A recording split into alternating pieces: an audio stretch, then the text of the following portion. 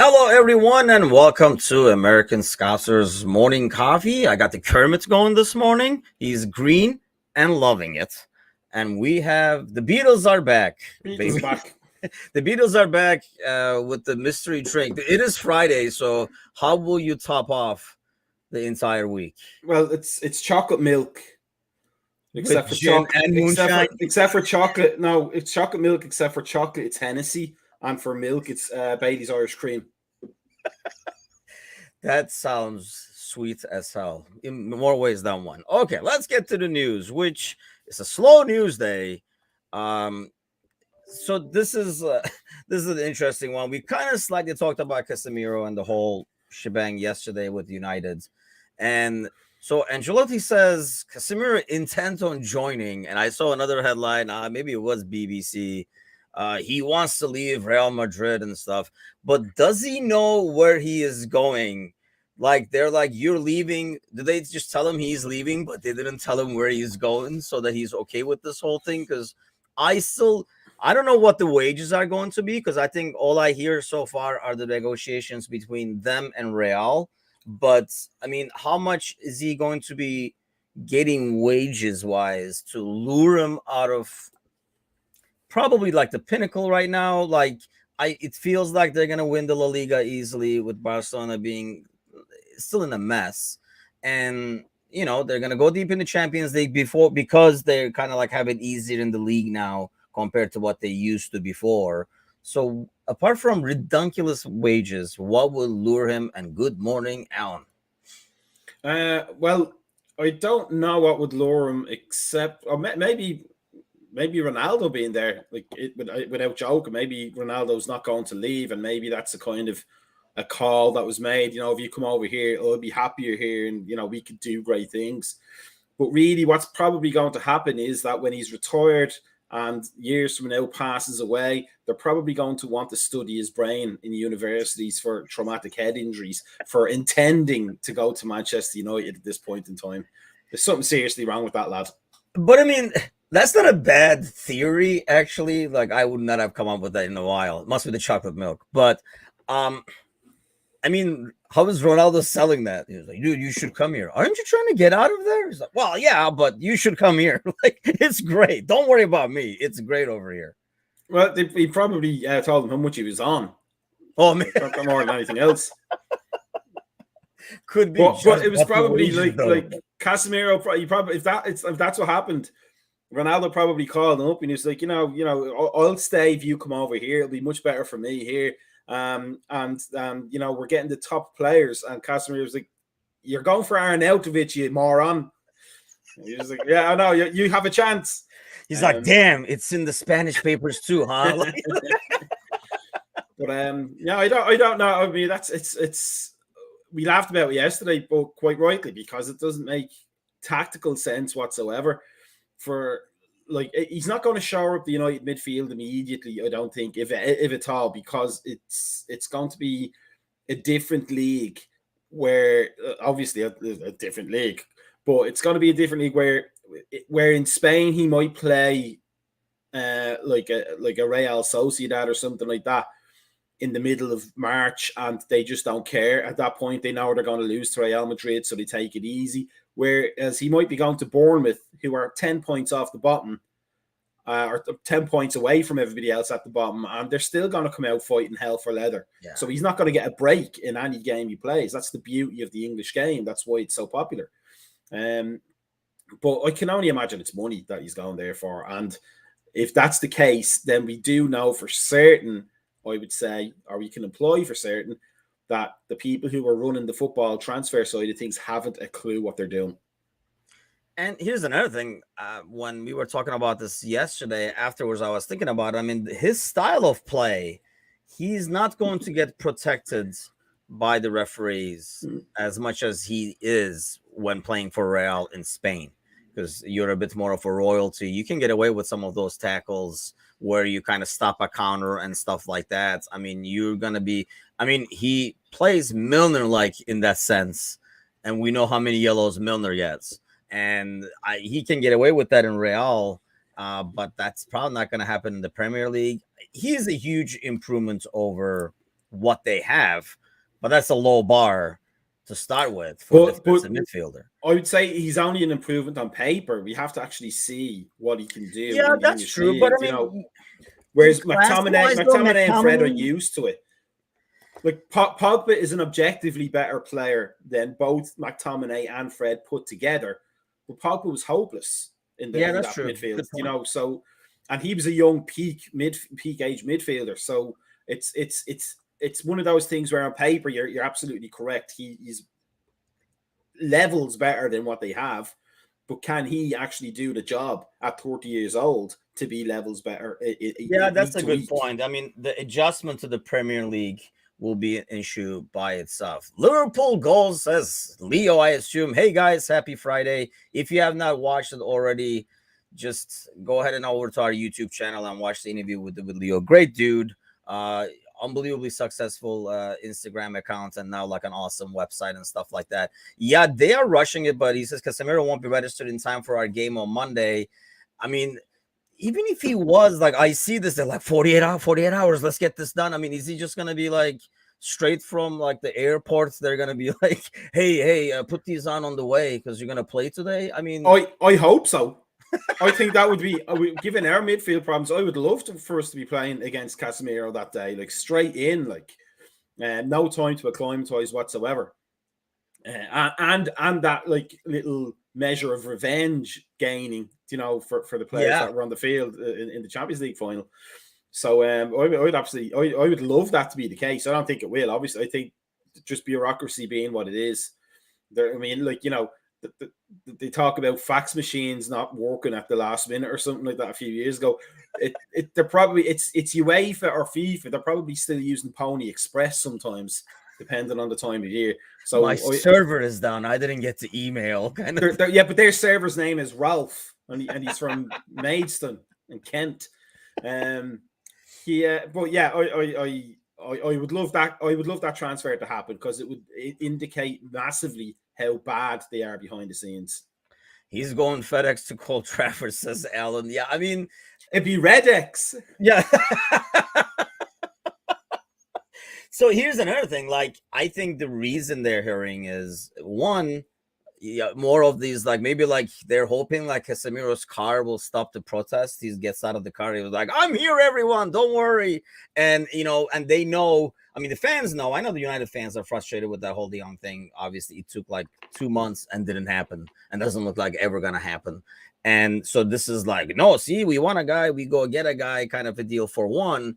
And two, they have to know that with each week, the way it's going, I mean, think about it. But when we go hopefully on Monday and win at Old Trafford, they'll have 0 points after 3 games. And that almost pretty much, I know it's way too early in the season to say it, but that almost puts you really in danger of not making the Champions League. Probably even this early because it gets so, with Arsenal apparently improving immensely, especially with getting Jesus up front. With Chelsea being just solid Chelsea, making some transfer moves that might benefit them. Us, City, Spurs look good so far. West Ham are going to be up there again. They probably obviously won't make top 4, but they'll challenge for it. We don't know how Newcastle are going to shape up. And, not that I'm bashing Brendan Rodgers, but you never know how Leicester are going to do. Not that I'm bashing Leicester. They won't do anything. They'll be solidly mid-table. Hold on, we got like 15, 20 minutes to get like 2 more Brendan Rodgers digs in so that we can get to 10 this week, by the way. So hang on. I got target number is stopwatch going. But for, I mean, you're almost 3 games, like 3 games without a win, you are pushing it. Then you have to start going on a run after that. I don't know what their schedule is like, so that might not even be feasible. They might not get a good run of games until coming up after whatever the next international break is. So yeah, like they could be under immense amount of pressure given however Monday goes, if it goes against them. But yeah, it's that's why I want Casemiro there, because I think that would almost be guaranteed to put them under pressure straight away. And does Casemiro know? Like, they're like, we're not in the Champions League and we might not be next year. He's like, wait, what? I thought it was just this year. You're like, Cristiano, where are you at? Yeah. Ian says, afternoon, guys. I home assume Ian is on the other side over here. We're the crack of I did that. He's been drinking Hennessy and Bailey's Irish cream like me. Has the Mecca syndrome. That's possible. I still think it's Wednesday. Thank you for joining in. So Leo says, what would you put in midfield versus United? So I guess the biggest question is, if Hendo is healthy, you would think Hendo is going to be there. He has Fab, Hendo, Harvey. With Keita, do you put Keita out there with all the stuff that came out this week? I mean, I think before then it was a no-brainer because his style against the United team that has trouble getting the ball out of the back, his counter-pressing and everything like that is key. And we saw it last year too, how many balls he won and like created instant chances. Do you think the talk this week affects it at all, or it's like a lot of media talk and we would trot him out there anyway? That's the only, I think, thing I see over Harvey when you play Keita is the pressing is a lot more effective. I agree with you, but I also think that if we look at Klopp's quotes in the, I think possibly today, if not yesterday's press conferences, I think it was today, he batted them away quite well. He basically said, yeah, he isn't getting his minutes, and yes, he's exceptionally disappointed about them, but that's how I want him to be, because then he's hungry, more or less, and he's absolutely going nowhere as far as I'm concerned. So I think that kind of puts it all to bed, even if it's not true, even if it's Klopp playing the media game and trying to keep everything in-house, which is the way to do it. But if there's even an inkling of truth, then he's probably had that chat with Keita and said, I know you're frustrated, but show me something. Like, we're not going to get rid of you. We don't think you've finished here. So, we'll give you the minutes, but do something with them. And if you're upset that you don't want to play, well, at least we know you want to play. So I would have no hesitation putting him in against United. I'd probably over Harvey because I just think I could see Elliott getting sent off. I could see him getting wound up by the United players because he's just so young and naive. Like he's a great player to probably have against Fulham and that, in the sense that he's no pressure on him. But against United, I can only think of, probably because it was so monumental, I can only think of Rob Jones in the 90s walking like as a young player going in against United, and that was the great United teams, and absolutely owning the game because he put Ryan Giggs in his back pocket, which is probably the best place to put Ryan Giggs, especially if you're Trent's debut start against United too. Am I remembering this wrong? I don't know. It wasn't like I've had the impressive one, but I don't know. I almost like faintly remember, man, what the hell kind of a deal. See, that explains it. Ian is on holiday, coming back on the 6th of September in Cornwall on holiday. Well, lucky you. I'm stuck here in Chicago, unfortunately, and Mecca is over there. Where are you exactly at, Mecca? Connecticut, but like you had to think about it. You were like, I was going to say, I've had a Hennessy and Bailey's Irish cream for breakfast. I can't even remember my own name. But yeah, Cornwall's a lovely place, but it's full of people from Cornwall. That's its only problem. You be from Cornwall, we do be. Not that you're bashing Cornwall. Not that I'm bashing yourself. Love Cornwall people. Not a lot of other news. Forrest, keep your phones on because anyone can get a call from Forrest at any given point to be signed up, because they're snatching everybody. It's like they're going around with the van, with the Astra van, and any players they see, they're just throwing him back in there and taking him back to Nottingham, looks like. I mean, do you think they're kind of like overdoing it now, where they're like signing way too many players, where it's going to be more of a challenge to A, get everybody playing time, B, kind of like find the ideal combination out there? Because sometimes, the teams that are, when we were doing the Premier League show with the preseason previews, and like this was like one issue we talked about, is sometimes teams come up from Championship, they don't change a whole lot. They're like, hey, this is what worked. We'll add one or two pieces and, carry on the same team. And then they realize sometimes that team is just not good enough. In most cases, that's what they figure out. There are like exceptions. I think like Sheffield United, was it a couple of years ago, that didn't make a lot of changes and started out really good at least one season. Obviously, they went down afterwards. And then there are teams that come in and they just buy a whole new team And the problem is, by the time that team starts gelling and they figure out the pieces, it's kind of too late. You're in the bottom looking up.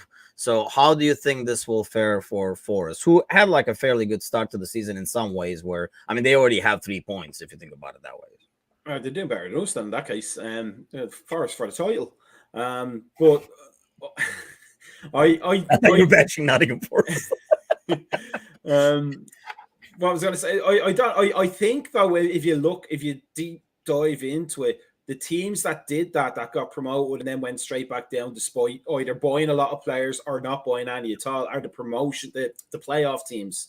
I think they're the ones that generally go straight back down. The ones that came in first or second and got automatic promotion, I think they were ready for it more because they were obviously first or second in the championship. Whereas the playoff teams are sometimes like in the 6th position or the 5th position, probably weren't really ready. But the problem is I haven't looked into it, so I'd have to investigate. But I don't know if they sold any players from last year. So they're going to have 16 new players in, plus their 20 odd players from last year's squad. So they'll have 36 players to keep happy. And they've essentially said to the players that took them up, you're not good enough. Thanks very much. We haven't sold you yet, but you're going to have to show up, train with these kids that are these guys who are going to come in and take your place and be happy with it. And then it might give you some minutes in the Carabao Cup or something like that. So, or loan you out back to championship. Or loan you back to championship teams, which wouldn't be too bad for the players because obviously they'll get their playing time. But it's a dangerous game to play. And if they get it wrong, they could really get it wrong because they could suffer for years financially for that and never see daylight in the Premier League again after this. So you kind of you that's something you want to keep an eye out on how they perform in the next 10 games or so. I want to get back to the United game a little bit for that midfield conversation because obviously it is not a very big news day when one of the headlines, and this is one of the top headlines, mind you, is the fact that Lewandowski's watch was stolen. So before the training, so Marca, when are you going to give that shit back? And what do you have to comment? Do you have any comments on his watch? Well, I don't remember it. All I remember was I was outside of an airport. I was outside JFK, and then I woke up in Dublin, and I had a bunch of watches and some wallets and a shoe, one single shoe. I don't even know who that belonged to. But seriously, the finances must be that bad at Barcelona. They're stealing their own players' watches to sell on the black market just so they can pay wages. That's bad. We owe they own money, so they're going around, take anything in the lost and found and start selling that shit. So I guess Redman TV had a midfield of Fab, Milner, and Hando. Bring in sexy back, if you will. So what do you say to that? I actually can see that as well. If we don't, I actually more see this because Hando during practice is kind of like on and off. It could be one of those where we have a long week. So like we have a full week, or at least I should say. So they might feel like, controlling his minutes at practice, not, making sure he's ready for the game. Or can we see something like this with Fab, Milner, and Keita? Let me throw like another trio out. That might be. I don't know much about what's going on with Henderson in terms of why his minutes are getting managed, but he obviously must have some. I know he has. I want to say it was thigh problems, wasn't it? That ongoing thigh problems. I think that's what it was, and that's why he didn't play the full 90. Yeah, and that I wouldn't imagine that we'd risk him in a high stakes game. If it wasn't a high stakes game, it was like a Crystal Palace or Bournemouth or Brentford or something like that. Like I could imagine that we would risk him then. But against United, maybe Fabinho, Milner, and Keita might be the midfield we actually see. More so because Milner's really versatile and he could probably play anywhere in that midfield if he wanted. Yeah, I mean, that says I'm thinking Keita will start. I think so too. I mean, we were talking about this, I think, yesterday, where there are certain games that I feel suit him. I see him as like the fourth midfielder, where there are certain games where like, this is a Keita kind of game. And there are games where you're like, you probably don't want Keita out there. And I think this is one of those you want Keita out there kind of games, just because of the style and just because of how United is more than, I think, our midfield. I think it speaks more to United and their problems in the back and stuff like that. So what do you expect out of United, I guess? Like it's kind of hard to tell what the hell we're going to do. We're hoping Bobby is healthy, so he's up top instead of Nunez, which I'm totally okay with. And the back line, we're thinking Gomez is going to be back instead of Phillips, who actually had his own knock, I think. And then obviously the rest of the four speaks for itself and Ali. But what do you expect out of United? A lot of like rumors and stuff where, big changes are coming, but I don't know if it's all talk. I don't know who they'll pick, but I can imagine they'll try and play the same way, which will help us immensely. They'll try and play out the back. They'll try and play those passes that got them in trouble against Brentford. And I could see us picking them off. If they go completely the opposite way and start playing like a very direct long ball game or a very defensive counter-attack game or something like that, I think at that point then Ten Hag is finished. Not in terms of getting fired, but he just doesn't have those players. He doesn't have their attention anymore because now he's going to be a tinker. He's going to be somebody who flip-flops on his philosophy 2 weeks into the season, 3 weeks into the season. Yeah. And you don't want that. So I can imagine they'll try and play how they were supposed to play, or how he wants them to play. He'll probably put in, what's his name? Martinez, the syndrome. Yeah. That guy. And they'll probably put him in again. And if we're smart, we'll target him because he didn't look comfortable when he played. So I can see them doing the exact same things they did against Brentford, and then I just hope that we have our shooting boots on because we're going to get a ton of chances from it. And that's the thing. I think the biggest question is, the center-back pairing, more than anything else, is what we're going to face. I think any midfield combination they put out there, and that's the thing. Yeah, I realize we have a lot of issues in midfield, but I feel like any combination we put out there, regardless of the combination, is always going to be greater than the combination that they can throw out there, even if they throw their best at our worst. Because I feel like, we're that much superior, and it's just going to be a matter of, are we going to exploit the fact that their wingers don't really track back? That's how we always get them, like Rashford and stuff. If Rashford plays on the left, he just kind of watches Trent walk by in most cases and be like, damn, there he goes, kind of a deal. And then next thing you know, that's what happened like when we won 5-0 too. What do you expect in terms of scoreline? 5-0. Really? Honestly? Yeah. Or are you just trying to make me sleep over the weekend? No, I think just unless they change drastically and have a completely different game plan for us than then Ten Hag wants to do. I could, if they try and play the exact same way, that's their, that kind of coach's thing of, we'll fail at it until we get better at it because it's possession, blah, blah, blah, blah, blah. If he tries that, I could see us picking them off with Firmino if Keita plays. Harry Maguire is on the side. Usually I think that Salah will be on, and Harry Maguire's head makes him fall over just on the sheer weight of it, and his legs. He's the only player I always like watching Harry Maguire play, because he's way less skilled than I have, and I was terrible. So it makes me feel good about myself. So I can see us tying him up in knots. I can see Martinez getting tied up in knots on the other side. I can see Diaz getting a ton of shots. De Gea won't come off his line for anything. So if we break through their back line, it's basically whoever's on against De Gea on the goal line. And that's a goal every time. And then I could probably see, because Van Dijk made such a horrible mess of that shot in the last game, it went closer to the corner flag than it did to the net. I could see him like scoring a corner header or something like that. So I wouldn't be shocked at 5-0. Honestly, like 2 weeks ago, I would be a lot less stressed about this game. First of all, I stress as a lifestyle. And then I feel like there are bazillion factors around this game that were not there, or we would not think they were going to be there. The way they started, the way we started, all the protests and stuff that they're talking about, the uncertainty that they have in terms of what they're going to field out there. I mean, we have our injury problems, but for the most part, we're discussing it with everyone watching right now. I mean, the combination, there's it's not like, we're not reinventing the wheel when we come up with the lineup for Liverpool right now. We are what we are. You know what you're getting. It's just, and like their center back pairing, like you're saying, between Maguire's skill level and Lisandro's height, it gives people like me hope. It gives all the short center backs out there hope that you can make it in the Premier League, kids. Well, I don't know if you can make it. You can at least get there. We'll see. No, you can definitely make it at United. Yeah. At least, at the minimum, yeah. Stephen Hawking could have made it in this United team. That's without the wheelchair. Not that you're bashing Stephen Hawking. Not that I'm bashing Stephen Hawking. Do you want to get any, like, Brendan Rodgers digs in before we go? Because we have like 5 minutes or so left over here. The week is almost over. You're abandoning me next Monday, which, by the way, if you have a mug, because I'll be probably flying solo, looks like. If you have a mug, doesn't matter. You guys know me. It doesn't matter what's in the mug on the other side.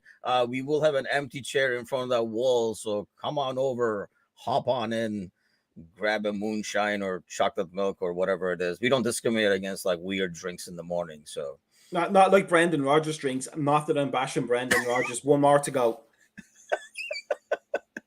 Any other headlines, by the way, that we didn't touch on that you saw? It's not a big headline we talked about before the show started, but I think a good one for us, for Liverpool, is that Alex Inglethorpe is looking to extend his contract as the academy director. I think he's done a fantastic job in the nearly 10 years, I think, if not more.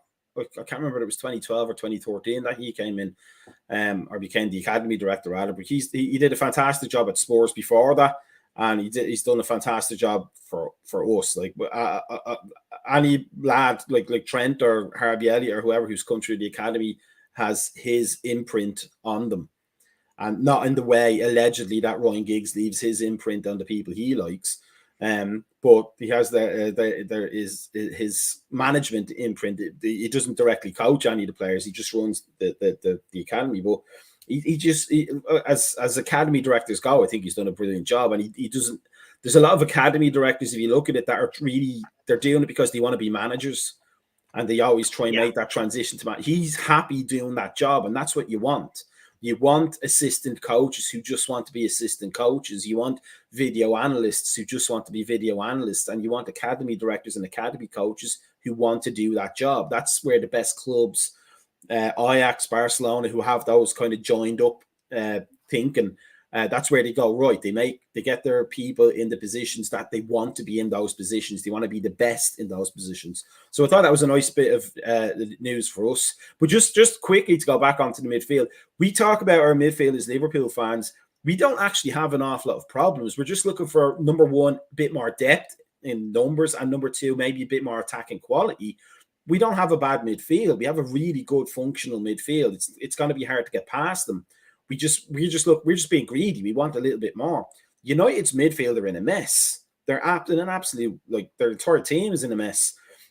And it's essentially almost like a kickabout in the park. Like, let's just get 15 lads that we've just met randomly and sit for them on the bench, put 11 of them on the field. I think I got the math on that right. And then let them play and see what happens. It's something you could get away with in 1897. You can't get away with in 2022. So I think we're in terms of our game, like, we're going to be doing okay. We're going to be we're going to be solid and looking for a bit more. They're going to be a little bit defensively suspect, like a Brendan Rodgers team. Not that I'm bashing Brendan Rodgers. Got it. We got it. I mean, here's the thing. I think the thing about their midfield is the fact that it's inconsistent. You don't know what you're going to get. You can throw Van der Beek out there, and you don't know if he's going to be like the good one or the bad one. Same thing with like Fred and McTominay. And honestly, I personally think Fred gets a lot of crap, but someone like Fred would do really well in our midfield, for example, where people around them have the same work rates. Whereas over there, when he's trying to cover, you have to bear in mind, those two guys, they get a lot of shits. And obviously for United, they get a lot of criticism, but you look at the people in front of them and how much they're helping defensively. And, if you've ever played defense or defensive midfield or whatever, if the people in front are not chipping in, doesn't matter how good you are, doesn't matter how much you run, you're not going to make up for that shit. So when you have Ronaldo in front on one side, just like kind of like walk around trying to get open when we get the ball, like I hate playing with people like that who are like, when you get the ball, I'm up here. I know, asshole. Help get the ball, press up there. And then, like you have Rashford on one side, it's just even Eriksen, though, defensive work rates. Even Eriksen to a smaller extent. Because I'd imagine he doesn't push himself quite as much now with the heart condition than he did maybe before. And I don't think he was a huge press, like, not that he didn't have work rate, but it certainly wasn't the most work rate. No. But I also think that Manchester players are probably a little bit confused because they think they only have one midfielder called Fred McTominay and not two of them. That's probably where half of the problem is. No, we got to get rid of this guy. Yeah. Why are we playing with 10 players every week, boss? We'll replace him with Casemiro. They probably think Harry Maguire's head is worth 2 players. Last thing to touch on, because we did talk about it pre-production, if you will. Klopp almost calling TalkSport. Does he also throw himself under the bus by saying this, by the way? Because he always like mocks the media and says, not that I read or listen to you guys. So obviously he was listening to this one. Yeah, probably a little bit. But I mean, it's great because he wasn't even thinking of calling in about Liverpool. It was because Agbonlahor was bashing Manchester United and Eric Ten Hag. And that's like this is part of not that I'm bashing Brendan Rodgers. See, we're getting an extra one in because it's Friday, one for the weekend. But Rodgers doesn't resonate with fans. Like I think we said this last week. He's like a coach's coach. He's not really into connecting with the fans. Whereas Klopp is all about connecting with the fans. And I think that's one of the things that endears him to non-Liverpool fans is that he was thinking of calling in to defend the manager of his greatest rivals who are playing against us on Monday, and he was going to defend that. And that, like, even Man United, just like checked on with a few of their forums before we went on. Like even they were saying, like, you know, I really hate the bloke, but you can't not like him because of that, because that's a nice thing. Now, he probably should have called in because it would have been funny, and just to get the just to get the reactions and all that. But I mean, he says all the stuff. Well, he said he was in his car, so we can imagine he's not listening to, you know, the Cornwall farming weather forecast or anything like that. Or and probably there's probably not enough 1980s proto-industrial German death metal being played on BBC Radio 1 for maybe he's like listening to like Modern Talking or something like something like German that. crap pop. So he's probably sticking on the old TalkSport, but I mean, it's TalkSport. It's just it's radio for morons. Yeah, that's kind of stuff. I don't know, like a lot of the stuff. I mean, we do this, and I hope to God we don't do it like that, where things are said just to get people going and just to get like a reaction and stuff, even if they do not believe in it. It's just like, you know what?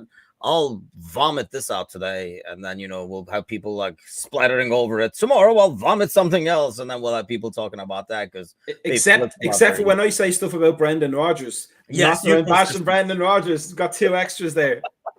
One for people Saturday, are doing well. One for Sunday. Yeah, we give it to the people. We give them what they want, and they, you know what they want is for you to get your ass back as soon as possible. It's time for the second cups already. Your hot chocolate is probably getting warm. My hot chocolate. Hot chocolate. It's probably not hot chocolate. Yeah.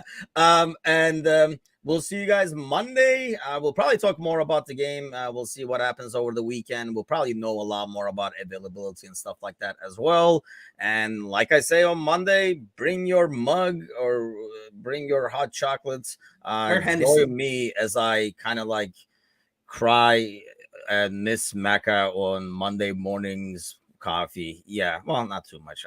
Or maybe I'll put something in my coffee to make life easier. We'll see how it goes. Thanks a lot, everybody. Have a great rest of your day.